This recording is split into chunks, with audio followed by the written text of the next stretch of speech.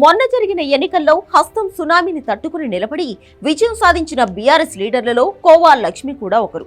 వ్యతిరేక పవనాలు బలంగా వీస్తున్నా ఆ గాలి నుంచి తప్పించుకుని తొలిసారి విజయం సాధించారు కోవా లక్ష్మి.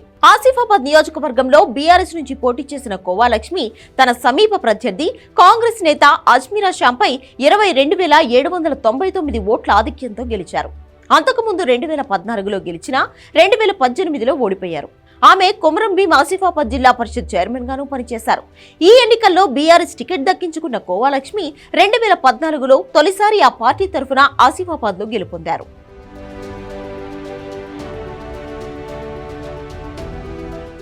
కోవా లక్ష్మి 2018 ఎన్నికల్లో కాంగ్రెస్ అభ్యర్థి ఆత్రం సక్కు చేతిలో కోవా లక్ష్మి ఓడిపోయారు.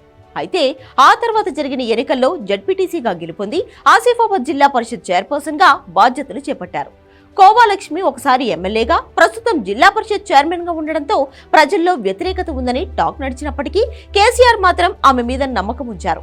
ఆ నమ్మకాన్ని నిలబెట్టుకున్న కోవా లక్ష్మి మరోసారి తెలంగాణ అసెంబ్లీలో అడుగుపెట్టనున్నారు.